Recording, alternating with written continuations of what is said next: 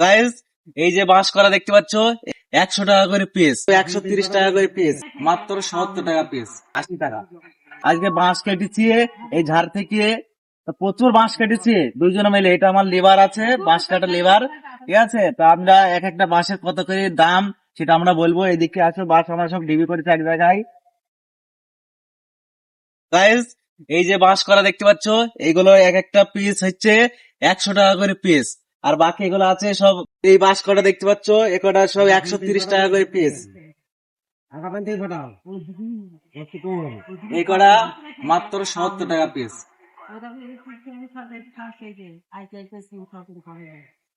আর যে এই কটা দেখতে পাচ্ছ, এই কটা হচ্ছে 80 টাকা। তো আমরা এই বাঁশ করা কেটেছি, এই চুমচি গুলো আছে, এই চুমচি গুলো কেউ কেনে জাল দেওয়ার জন্য, তাই চুমচি গুলো আমরা বিক্রি হবে, ঠিক আছে। তো এই ধার থেকে আমরা এতটা বাঁশ কেটেছি।